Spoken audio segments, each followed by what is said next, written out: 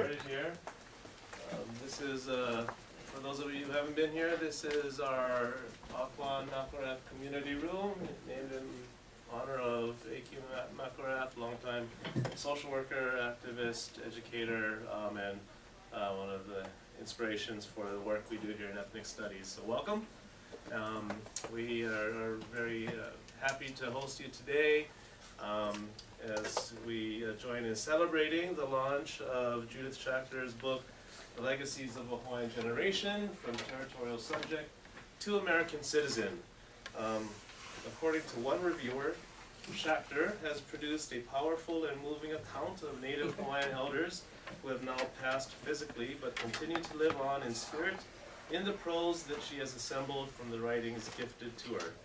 This work represents the best that anthropology has to offer indigenous peoples seeking to remain native in a decidedly anti-native world, a document that gives voice to the truths they know and which connects generations in a lineage of discourse, end quote. And I didn't make too much money off of that. Not yet. Not yet. But it really is an honor to have Judith here. I was one of the reviewers for her manuscript, and in the process of reading through the different versions and having conversations with her, who I'd known previously through our affiliation at the ASAO, Association for Social Anthropology of Oceania, which is what brought her back here. I really learned quite a bit more about good ways of doing ethnography and really engaging over decades and generations, really, as the title shows, with the people whom you're working with. And we're also honored to have some generations here. We have Grace, who is the granddaughter of one of the primary kupuna featured in the book, Eleanor Ahuna. And I think her sisters might be joining us too in a little while. So having that intergenerational connection is really part of what Judith is trying to do, is to pay homage to John Simeon, Eleanor Ahuna, in the writings that they gifted her. They wrote their own life stories and really gave it to her to share. And that's what this time will be about, is telling those stories, their various experiences, and really kind of engaging in the material. Before that, though, she's written a number of other really important works, which I'll kind of mention briefly here. Kinship with Strangers, Adoption and Interpretations of Kinship in American Culture, from University of California Press, 1994. Also, A Sealed and Secret Kinship, The Culture and Politics and Practices in American Adoption, from Berghahn Books, 2002. And also A Town Without Steel, Envisioning Homestead, 1998, from University of Pittsburgh Press, which our colleague Noel Kent wanted to say a couple of words on. So Noel? I had the privilege recently of reading this very, very fine volume, and this takes us a little closer to the home of Judith, and it's a combination of analysis, history, oral history, in which she taps the memory of people in what was a very famous old steel town, Homestead, Pennsylvania, scene of the classic 1892 strike, which was deindustrialized by USX, and lost its economic base. And she deals with both the history of the town as a steel town and also the loss of the economic base when the steel plant closed down in the 1980s. It's a remarkable book, and it's very apropos for our own time, when millions of manufacturing jobs are being lost, and when the blue-collar working class is really being decimated. Its standard of living being reduced dramatically. So I have to recommend this book. It's really wonderful. I mean, the oral histories are marvelous, the photography is marvelous, and the analysis really is very, very important. This is truly important. Thanks, Noel. You guys can pull up pages, seats over here, Lisa. So, without any further ado, It's my honor, I forgot also thanks to the Departments of Anthropology and History for co-sponsoring today. And anything else, Brian, that I need to mention as far as talking? We have more talks coming up. We have one next week, I think, as well. Yeah, still get emails about it. So be on the lookout for next week's talk as well. But without any further ado, join me in welcoming Professor Judith Schacter.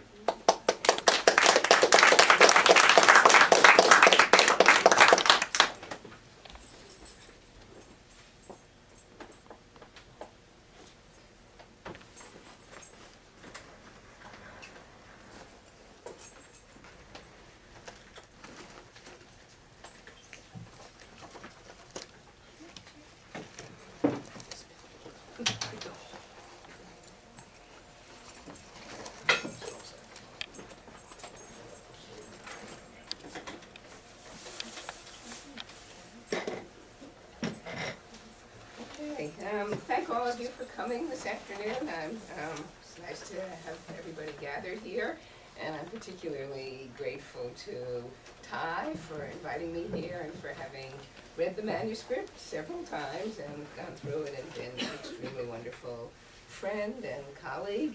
Grace, who's here, also read the manuscript several times, and so besides being the granddaughter and a real close friend, she was a good editor too. So I've had the privilege of several good readings of this, and I'm pleased to be able to share some things with you this afternoon as well. What I wanted to do is talk a little bit about how the book evolved, how I got to the place I got in writing the book, going back a little bit in my early stages of research so that where it came from and where it ended up is a little bit clear, and then I'll talk a little bit about writing the book and what it felt like to write it, and perhaps raise some questions that all of you can address when I come to the end of my talk. So, when I first flew into Honolulu in the summer of 1989, I intended to do research on one particular topic, one that stemmed from my work on adoption on the mainland. In the course of that exploration of the practices and meanings of adoption, I was asked by social workers and others about customs they had heard of in the Pacific. There, as many put it, children are exchanged freely and there is no secrecy. Could this be a model for doing away with confidentiality in the United States, they asked me. I thought about the question and about the assumption of continued custom in the Pacific. Since I was already familiar with laws of adoption in 2 American states, I decided to look at the 50th state, a place where the impact of an American legal system was especially complicated. 2 other sisters. Welcome. Thank you. On my first trip to Honolulu then, I intended to begin an inquiry into the ways in which a U.S. legal system impinged upon customary modes of adoption. The project was going to be limited, perhaps a chapter in my next book on adoption. Well, a lot changed after I got to Honolulu, and the project began to evolve in a number of different directions. In the end, as those of you know, and those of you saw the book, it's not a book about adoption and Hanai, though that's still part of what I write about in one of the chapters. My focus changed for various reasons, and I want to talk about those reasons at first, then a little more about the book and the way it came out, and the difficulties that I had in completing a final draft of the book. I came back to Hawaii after that first trip and began to make contacts with people who were involved in one way or another with the placement of children, with child welfare, and with the court system. My network spread, and what I can loosely call fieldwork made a big dent on the way I was conceptualizing a research topic. And then there was the accident, or the serendipity, of meeting John Simeona. The encounter was to mark a substantial change in how I thought about my work, or my project, as he called it. John introduced me to his sister Eleanor, and her point of view on being Native Hawaiian equally influenced my approach. So let me tell you a little bit about my early fieldwork encounters. Because I had started with the question about Hanai and adoption, people I met in agencies, at schools, including Kamehameha, put me in touch with individuals who identified as Native Hawaiian, people who could provide a particular perspective on Hanai, or broadly, on the ways in which children were cared for, apart from the stringencies imposed by an American state, even beyond the legal system. To the extent that Hanai took precedence, my contacts were with people, as I said, who identified as Native Hawaiian. I met with women in women's groups on the Waianae Coast, parents whose children were at Kamehameha, and parents whose children were in other schools, for instance, along the Windward Coast, plus friends and kin of those individuals. And I asked questions at first about Hanai and adoption. It soon became clear that I was starting off in the wrong way.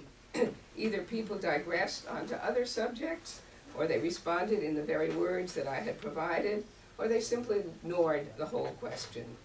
And I teach a class on ethnographic methods now, and I talk about my first clumsy encounters, so I learned a lot while I was in the field here.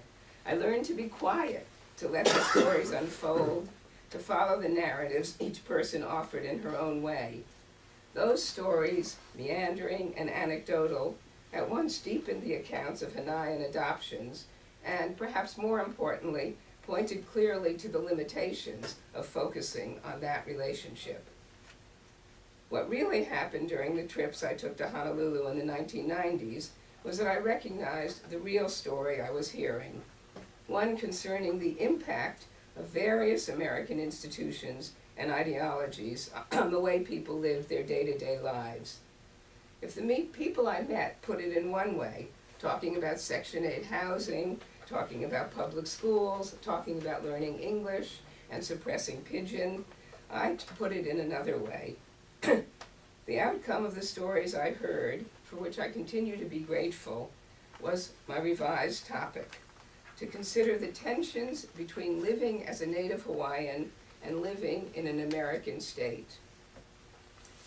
And when people talked about how long the presence of the U.S. had had an impact, often going way behind their own lifespans, I recognized the significance of history, or at least of the extension back from the present into a past that was present to virtually all the people I met.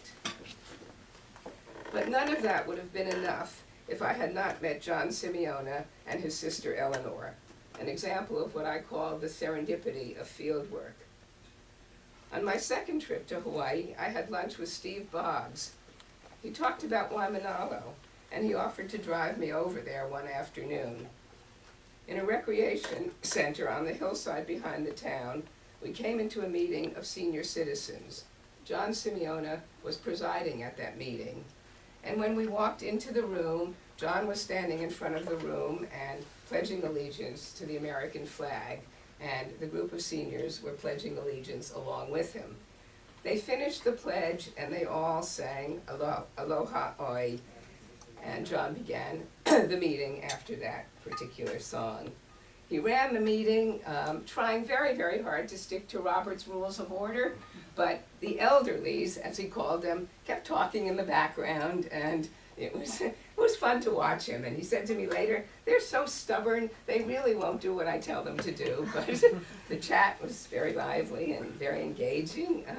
And at the end of the formal meeting, as formal as it was and wasn't, John announced that I was in Hawaii to do some research. So I stood up and talked a little bit about Hanai and adoption, because I hadn't yet expanded my topic totally. And I spoke very briefly, and the elderlies, as John called them, simply sort of went in one ear and out the other. So John stood up afterwards and he said, "Let me tell you what she really wants to do." So I waited, and what John told the elderlies was that I wanted to learn about Hawaiian custom. It was a rendering of my interests from his point of view that I've had to think about a lot since that first meeting. And he translated what I said into she wants to learn Hawaiian custom. In saying I wanted to learn about Hawaiian custom, and I have thought about what he was really conveying to me and what he was conveying to the elderlies, I realized one of the things he was doing was positioning me as a stranger, as a learner and as someone who was somewhat naive, who was putting me in the position of wanting to learn custom. He also, subsequently, as we got to know each other, taught me some other lessons. One of them I mentioned before: just be quiet and listen. Don't be nosy, don't ask questions. So this was a lesson I had to really manage in some ways, but it was a lesson that was important for me.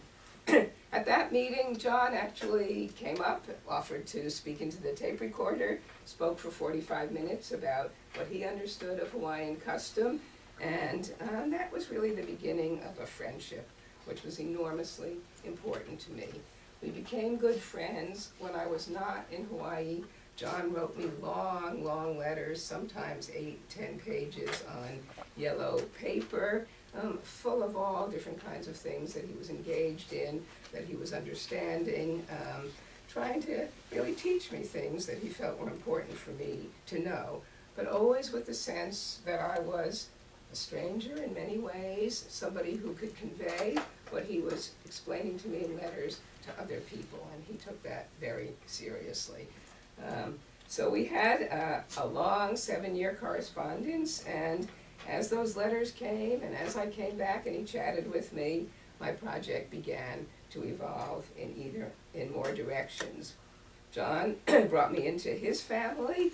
I met his children, his grandchildren, his cousins, his nieces, and his nephews.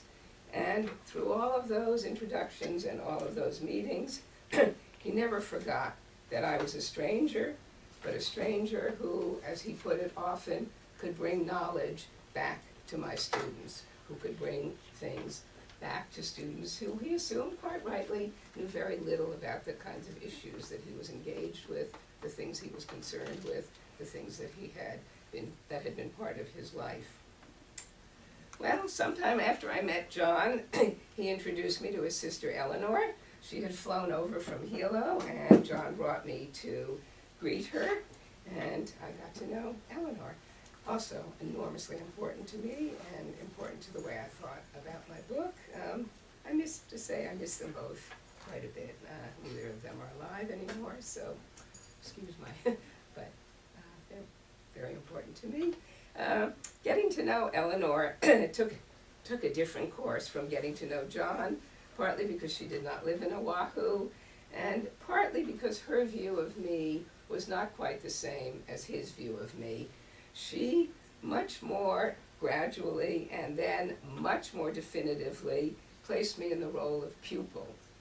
And I called her auntie, and I never did call John uncle, because in our friendship he treated me as an equal, as somebody he was passing knowledge on to. I was passing knowledge from him to my students, perhaps to a wider group of people as well. I don't think he only thought this was going to be classroom. It was going to be people who really didn't understand the issues he understood. So Eleanor treated me as somebody who was really, truly a learner, and somebody who could benefit from her wisdom and her knowledge. She was, from my point of view, the political actor in the family. And she got involved she was a commissioner on the DHHL. She told us many times about the protests, the bulldozers she had sat in front of, the way in which she cared about what happened to the homestead. And so very much the stories she told were the stories of somebody who was politically active. And I know from her children and her grandchildren that she brought this home to dinner conversations and expected an engagement from her children, probably her grandchildren. You can speak to that too as well, or if not better than I can. But what she really conveyed to me in all her talk about her own activism, her own commitment to Hawaiian issues, her own commitment to a younger generation, was, what does commitment mean? How do I understand what commitment means? So the conversations were about her and her understandings, but they were also teaching me not just about what she understood, but about myself and what I was to understand and what kinds of commitments people make when they're doing research. And that was an important part of our conversations. We spent many hours talking story in her house in Keakaha, and her stories, even more insistently than John's, emphasized the importance of taking a stand. This was a phrase she used, and it was a phrase she used quite often. The obligation to take a stand fell on me as thoroughly as it fell on her children, her grandchildren, and other people who sat around the kitchen table with us, and were part of the stories that were being exchanged. "Stand fast and act," she said, and said many times to me, and that call translated into her view of my project. Eleanor's stories ranged, but one dominant theme stood out, the action she took to preserve Native Hawaiian ways of living in an American territory and state. I want to read one little section from my book because it illustrates some of the way Eleanor took me under her wing, showed me what commitment meant, and illustrated some of her arguments and points. On a July day in 2002, Auntie Eleanor and I drove to Volcanoes National Park, 20 or so miles from her house in Keakaha. We were on our way to the prime tourist destination that overshadows Hilo and that attracts millions of visitors to Hawaii every year.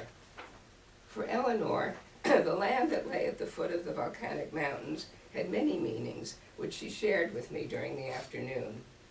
As we drove up the road from Keakaha, she talked about the areas we passed, the suburban housing developments on acres that once held sugar plantations, the expensive residences on former farmlands, and the flimsy commercial establishments set up for tourists. Her stories brought us to the entrance of the national park. A uniformed park ranger stepped out of his small hut and informed us of the cost of entry. Eleanor drew herself up, and she refused to pay. "I am Kupuna," she told him, "and I do not have to pay to enter our land." After a pause, and perhaps wondering about the Howley driver, the ranger asked whether she intended to, quote, "conduct religious services in the park." She assured him that she would teach me ancient chants and the stories of sacred places. He let us go in, reminding us that under the terms of our entry, we were not permitted to eat at the Volcano House restaurant. That's what he said. You can go in, but you can't go to the Volcano House restaurant. And her brother, John, had helped build that restaurant a half century before. But we went in, we had our Simon, and we had our picnic, and we ate on the outside of Volcano House restaurant. So that was Auntie Eleanor. It's one of my favorite stories, and greeting the park ranger. The perspectives of John and Eleanor crisscrossed. He learned from her, and she learned from him, and I learned from both. And they intertwined common references, ideas, and views of the United States in the stories they shared. Let me talk a little bit about the notion of biography, because John called me one morning. He used to call me very early in the morning, 6:30 a.m. I would get a phone call. And in one of these phone calls, he asked me, was I going to write his biography? Well, that took me aback for a minute. I hadn't quite thought it through that way. And again, I had to think a long time about what he was conveying to me. My answer to him, after I thought about it, reflects the way in which he conveyed his life to me and the ways in which Eleanor conveyed her life to me. Just as John told me that the elderlies, the generation with which he identified, could instruct me in custom, he wrote his own story to convey wisdom and knowledge to a younger generation. And he gave me a written life story that confirmed this understanding. He called his story The Life Story of a Native Hawaiian, a 64-page document. It's a mo'olilo in which an elderly passes down accumulated knowledge and experience. Despite the title, his document is not the story of a single individual, but rather the gathering and the transmission of wisdom from one generation to the next. In the letters and drafts and booklets she gave me, Eleanor, too, told the story of a generation, not her own story in the way that I would understand biography, but a story that represented the experiences of those who shared her decades. And so both taught me to treat an individual story as part of a collection, a gathering of stories, a story broader than an account of their individual lives, while threaded through those particular individual lives. John and Eleanor offered the story of a generation, a crucial story in the story of the U.S. presence in Hawaii, and that was the story that I by then knew I wanted to tell. Theirs is the generation that grew up under a colonial regime, educated in American public schools, speaking a foreign language, and pressured to conform to behaviors prescribed by outsiders. John and Eleanor also represent a generation whose experiences closely attached to ancient ways, and I put quotation marks around that. It is the phrase both used when they talked about growing up in Keakaha, the homestead outside of Hilo. For both, Keakaha was a symbol, was a reference, and was the standard for adapting life in the present. Theirs was not nostalgia, or maybe only sometimes nostalgia, but an agenda. From life in Keakaha came a template for life in the late 20th century, when Hawaii was not a territory, but an American state. The homestead always served as a model for the values and the practices each deemed important, what John called custom, and what Eleanor saw as the source of action for the generations coming along. Their viewpoints are two sides of one coin and constitute the legacies, each left for the youth, to whom in the end John and Eleanor equally devoted their attention. So let me comment a little bit about my writing of the book and how it came to be what it was. A little bit has been clear so far, I'm sure. I had gathered lots of stories, and I had intended to turn the stories into a book.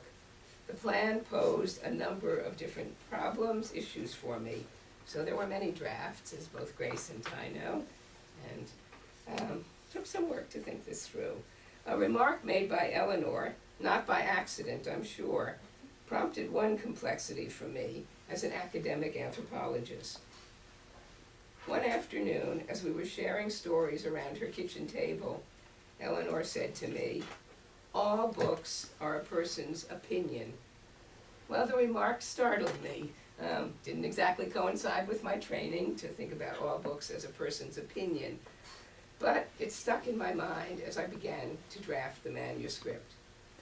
Part and parcel of her instruction to take a stand, she had posed a challenge to my role as a writer, forcing me to consider the stand that I did take. It also helped me a lot as I wrote in the complicated context that all of you know.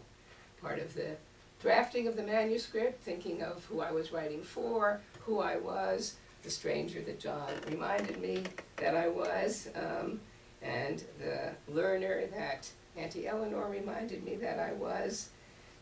I remained an outsider, too, in a more profound way, despite John's teasing me from time to time because I would eat poi. He would say to me, "You might be Papa Hawaiian," but he was teasing, and I knew that in all his teasing and joking, he knew I was a mainlander and not a native Hawaiian.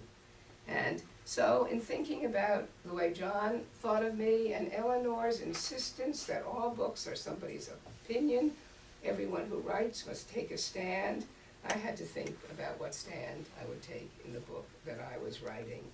And in the end, I felt the stand I could take was that I am engaged too as somebody who represents the nation that had such a severe and long-standing impact on Hawaii. So what I try to do in the book is give my position, stand fast, hold on to a point of view that reflects where I come from and the place that I represent. And that's what I hope to do in the book.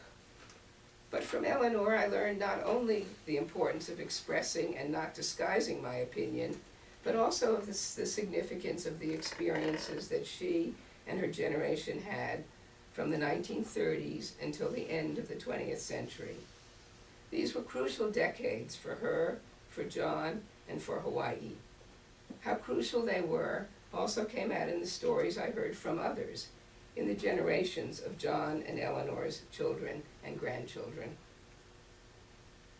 John and Eleanor were enormously important to me, and their lifespans determine the chronological organization of my book.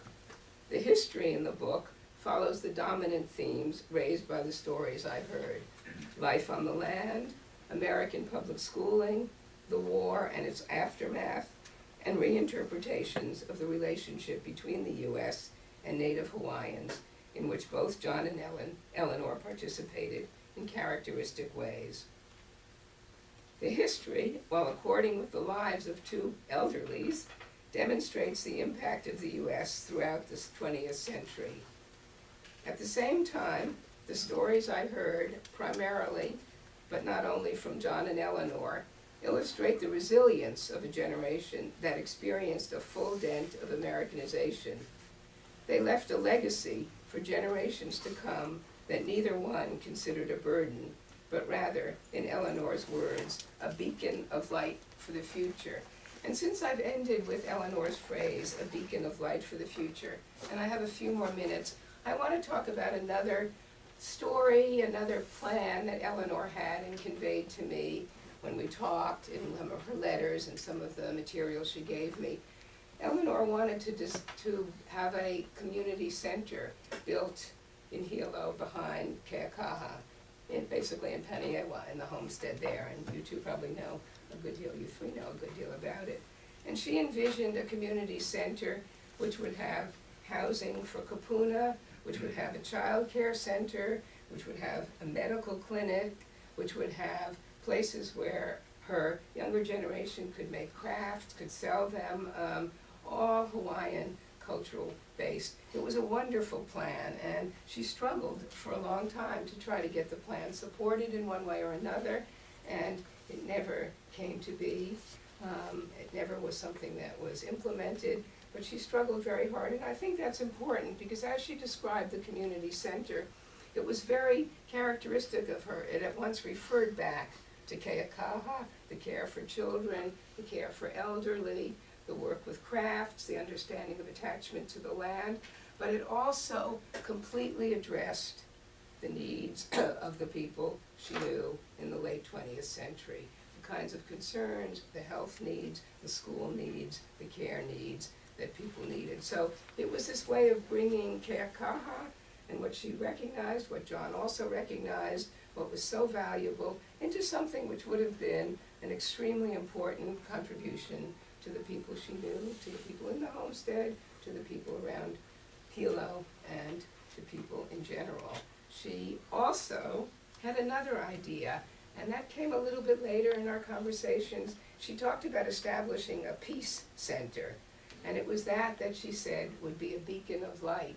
And I found that equally moving and equally important, because she talked about a peace center that would bring nations together, and that would focus on peace and relationships and the exchange of greetings and the ways in which nations could be together. So in many ways, it was a different vision, and in many ways, it was the same vision.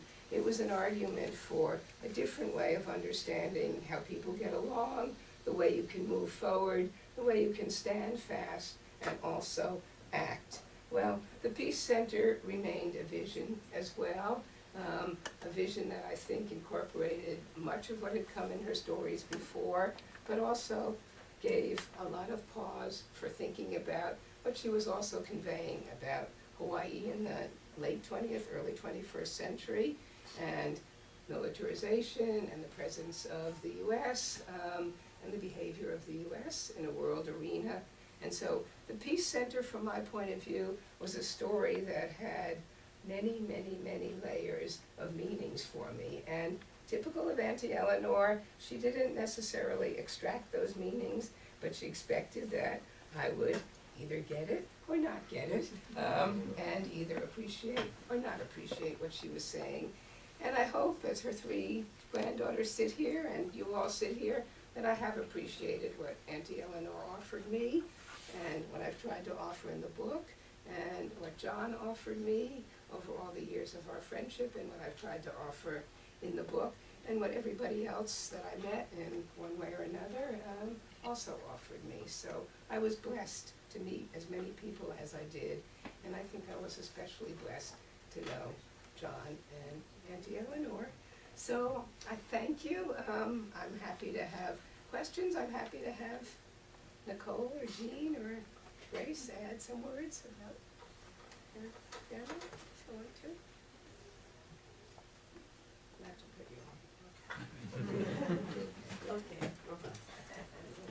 Okay, so I'm Grace.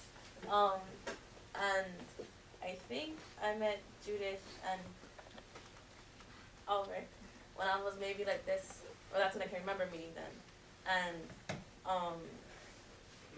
my grandma, always a really strong person, but at the same time, my whole entire life, before I was born, she had a stroke. So she's also, on one side of her body, she can't feel it. So as strong-minded as she was, she got through the house and did everything on her own. But we were always there. Well, we were always there. And we lived right next door. And so I think it was one of those days where, who's that at the house? I'm going over there and listening, and it's like, oh wow, like, this is really interesting. And also seeing how my grandma reacted to them, and well, keep with them as well. And it's really been, for me, a lifetime relationship, and it's been it's continuing on, and they always come. And they always send pairs from Pittsburgh, and my dad's from Pittsburgh. It's so coincidental. And so there's just like so many different bonds that have resulted from it, and it's weird. Like, it's not your normal, encounter with Hawaiians and Hawaii and random people, but it has evolved, and I really appreciate that Judith has taken time out of her life to document the life of my grandma and my granduncle as well. And she came, prior to coming here, she came to Hilo, and so I live in Hilo, and she made sure that I came. So we had a talk Sunday night, and my uncles and aunties were there as well, and you never really realize, because you live your life and everyone has their busyness, and like everyone's gonna go home after this and do what they need to get done and cook dinner and make sure their kids are bathed and everything because they're busy. So it's really humbling to see, and for my uncles and aunties as well, to see that someone from the outside has come and spent 20 plus years researching my family in some weird way, but that she knows so much more stories that I wouldn't have ever known if I don't meet her and talk to her and unravel her ideas to see what my grandma told her and what my granduncle told her. And so this book is really, for us, it's priceless. And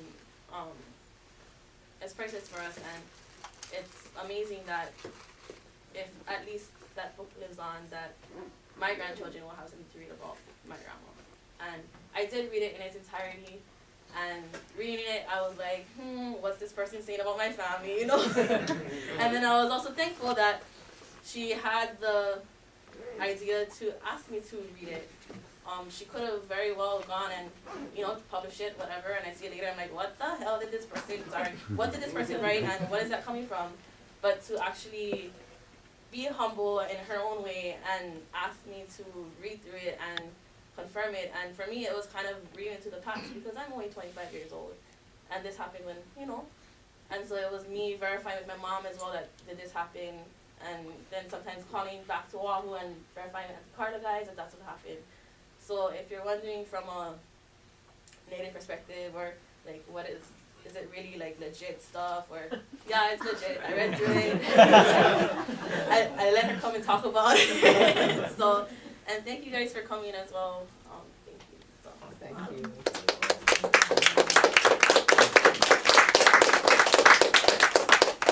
Did you keep coming back? That's what they said on Sunday night in Hilo. Oh, you back?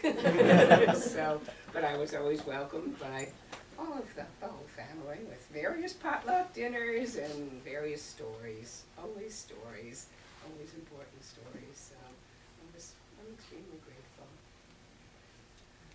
So I'm stopped in time to see if there were some questions or issues or. Yeah, so we got time for questions, comments. Did either of the two of you want to add anything to what your sister?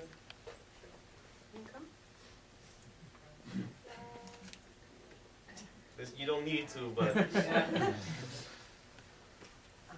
We're welcoming you. yeah, you're not forced.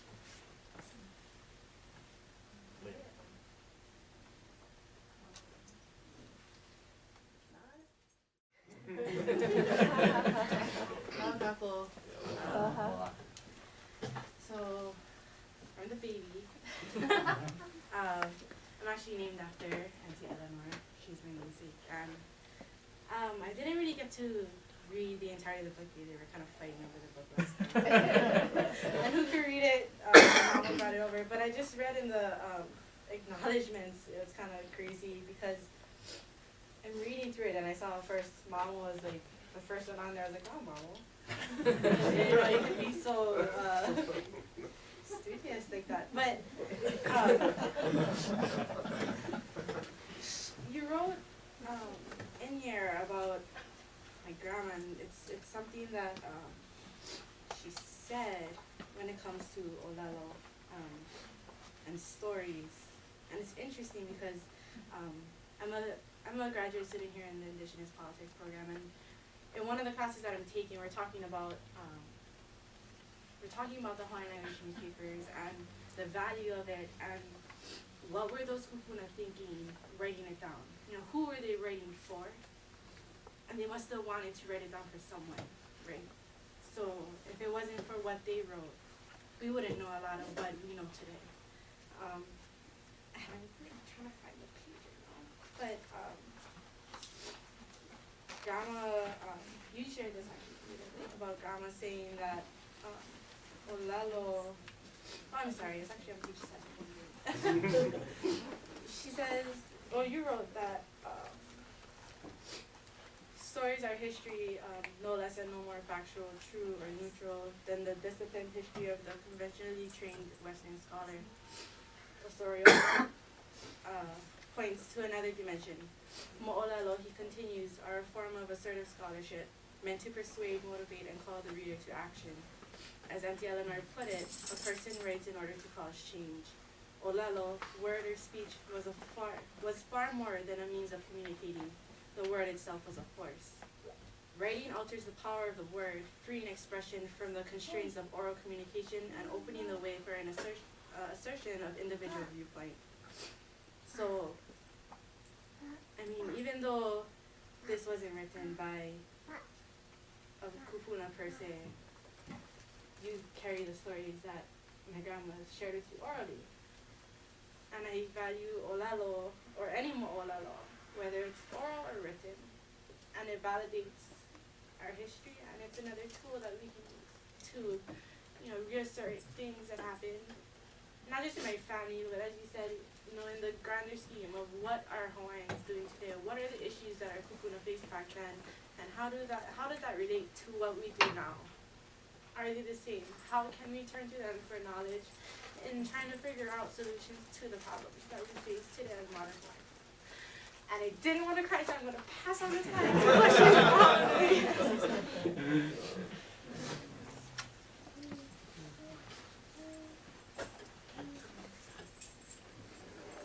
So that's kind of hard to follow, but look yourself for a second. Ponder something if you had a question.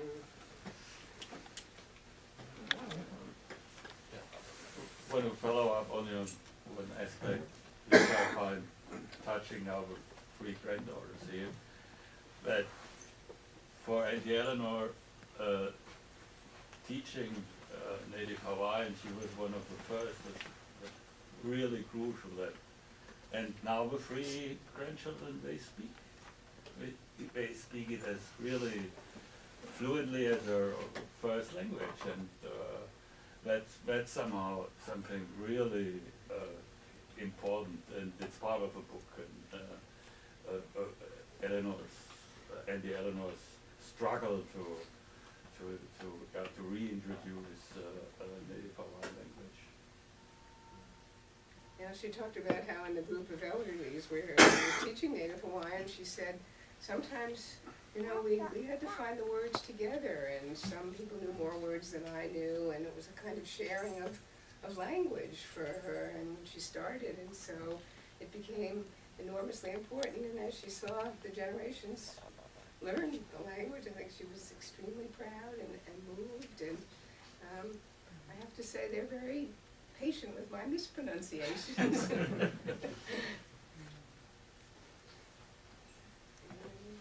Thank you, Jonathan. Nice to see you. Sorry.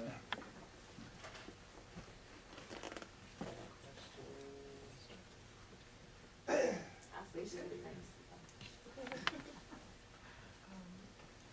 Wow, I'm like so collecting myself. I just had a question about the time, right? That you took to spend with your family, you know, to collect stories and just think over and writing the book over the span of, what, maybe almost 20 years, over 20 years. I think so. I first came to Hawaii in 1989, 1990. And sort of, you know, what do you think that meant for you in the writing of the book, given that some of us we can't take 20 years to publish at least the first one that has to come out, or we won't be here in 20 years. You know, just what does that mean, being able to take the kind of long view of putting all of these small little together? It's meant a lot to me to be able to come back and to, in some sense, get to know people better and better, to watch a generation grow up and learn the things that they've begun to learn, and to see the way the elderlies, as John called them, transmitted knowledge and wisdom to that generation. And now there's yet another generation coming along, babies who are learning to speak Hawaiian. And you know, when I'm in the household, when I'm in Aloha and George's household, Grace's parents, and Hawaiian is the main language being spoken. It's very moving to me, the change over that amount of time. I think that for me, trying to sort out my own feelings about working in, you know, given all the political situation, and I don't live here, I come in from the outside, what this meant to me and how I could sort through some of my own feelings, what Auntie Eleanor said, what's your commitment, what's your engagement, and I had time. It did take many, many drafts and the drafts moved in different directions. Some of them more biographical, some of them more, you know, where I'd leave the personal behind and do some more historical work. And then, you know, so I had the luxury in some sense of being able to try out different ways of approaching what I still think is very complicated, is a complicated subject. So I'm fortunate that, you know, I wasn't in a rush to get tenure, and several people have said to me, how can you dare admit that it took you 20 years to write a book? And in some sense, it's not an admission, I'm able to say that this was something, a gift, that I was able to do that. And be with people as they've changed. And the sadness of seeing, you know, Eleanor and John die, and then the new generation coming up. So I think it was good. It was wonderful. Well, Some of this resonates with your work in Homestead. sorry? You spent about a decade in Homestead? Spent a long time. That book came out a little bit more quickly, but I guess I'm But you were there for years, and you developed very strong relationships with a lot of the ex-steel workers, and I did. I mean, it's my way of working, is to develop close relationships with the people that I meet. I mean, I don't see this as field work in that distant way, and I certainly don't see it as sort of bringing in people to provide information. So I become close to, I mean, a certain number of people in the community. you also inspire confidence in people to be able to share with you.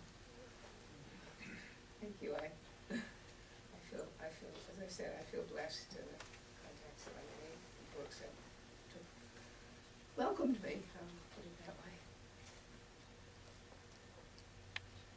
Did you, I put that in? Oh, yes, correct. I sort of mentioned to you before this talk that I guess I read it in a different way, but I was thinking that the book was in some ways sad because John had a different definition of Native Hawaiian. Eleanor never got to see her center develop. And you end the book structurally with the discussion of the Akaka Bill. And so when you look at that, in some ways, there's another chapter. What would that other chapter be if you had to write it after the passing of Senator Daniel Inouye and the retirement of Akaka? What would that chapter be? That's a hard question to answer, and I didn't write that chapter. It might take me another 5, 6, 7 years to write that chapter. I think those issues are different ones. The issues about sovereignty and the Akaka Bill, and what I do in the book and what I try to do is really focus on the struggles that people like John and Eleanor had, trying to understand what the situation was for them and for the people that they shared homestead lives with. John lived in Waimanalo, for those of you who didn't read the book, and he became attached to issues in that homestead. I think of the book not having a sad ending. I mean, I think it ends in a way that I hope shows sort of the ways people, I use the word resilience, the way people are still struggling to try to understand what their situation is, and what they understand is the way to, as I said in my talk, be Native Hawaiian in an American state. I may be avoiding your question. I don't know that I'll write that chapter because I would have to rethink some things in a quite different way from the way I did for the book. But I said to Ty before this talk that some of us are also territorial subjects who morph into U.S. citizens. Giving away our age, of course. The other I didn't hear you. I said that some of us are also territorial subjects who morph into U.S. citizens, giving away our age. well, you know, I'm not 20. It took me 20 years to write the book. Any other questions? Grace? On the same note, I think, or a twist after that note, as this one cried about earlier, that she's really happy that she can see through the book how how the generation before us has dealt with struggle. I think that point in itself is something that is the complete opposite perspective of it being, maybe it could be depressing or something like that, but I think because I often find myself depressed about things I can't do, and the same state of mind, not that I'm a depressed person, but and to see that they've overcome things like that, and how the perspective that they take to overcome those trials. And so even though a perspective could say that it's sad, it's kind of not the best happy ever after story for these Hawaiians in the story, for Hawaiians today, I think it could also be an empowering story, that they pushed through it, and the reason why they did it as well is for me. So the reason why I do things today is for 2 generations from now. So I think there's also that perspective in it, and I think that she caught up pretty well, because my grandma never complained ever. I complain all the time, but she never complained about anything.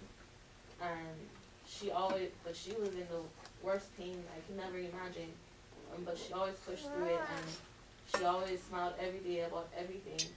And to have that kind of mindset and see that it's possible to live in today's world as a Hawaiian and still get through it and stand up for what you believe in, I think that's also something that should be thought of. I think it's also apparent in the story.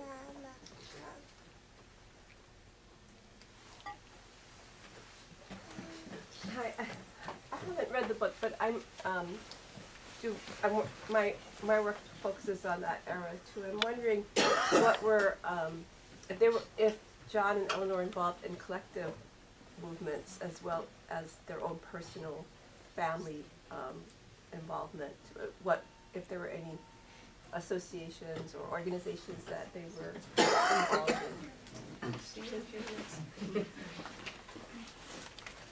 Yes. In John's case, what became important to him was in fact the elderlies, the senior group that was the Waimanalo Senior Citizens, and he also belonged to the Aluliki senior group. So some of his letters are very interesting because he very much thought those two groups should work together more than they were, and every now and then he'd write to me and say, we had a big ceremony and I got all the elderlies to come together. And so his sense was that the larger group that he could form, and he, how shall I say this, he was often very pleased with himself for being able to bring them together, would be a powerful and strong collective force. And in my understanding of him, that was probably the most important association for him. He was proud to be president of it.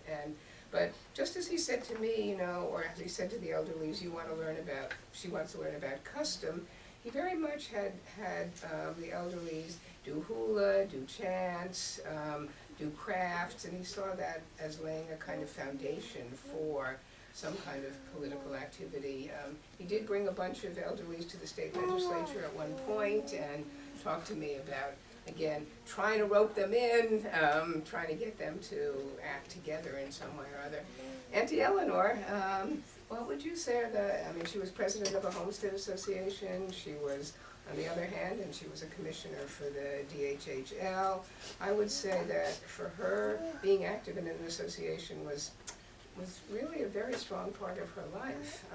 So the answer is yes. And every now and then, I think I write about it in the book a little bit, she would say to her brother, we should do it this and this way. And at one point they tried to form a political party and, to work through things that way. And she gathered the cousins together and said, we can do this, and it's important to think within the system. We can use our electoral, we can vote.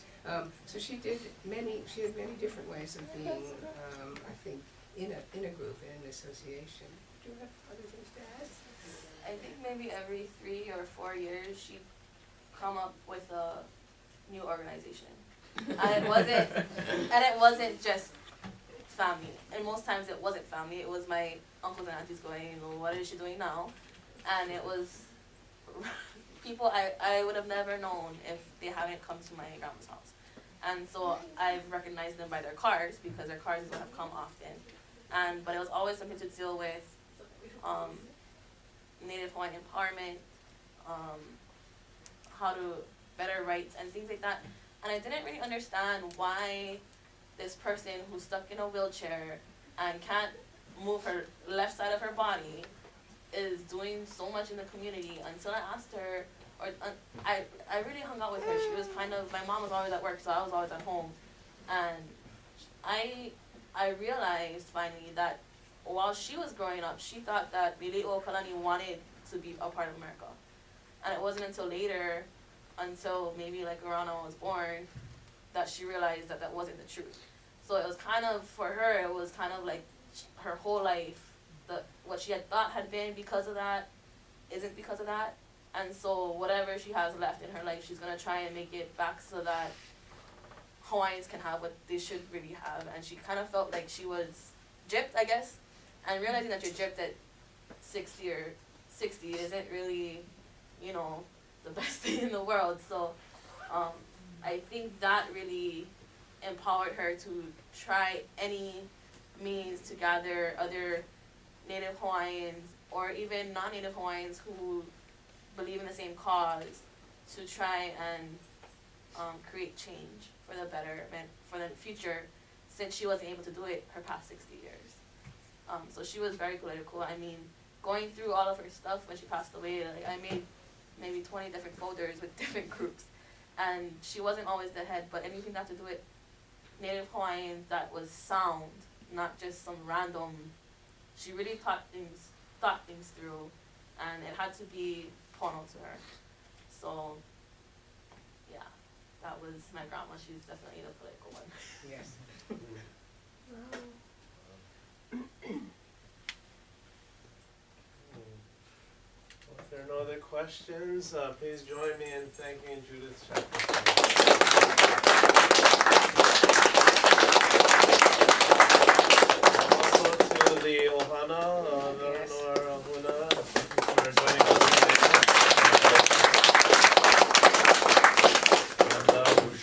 And if you have a few minutes to hang out, you can come and talk story a little bit. And thanks for coming. Aloha. Thank you.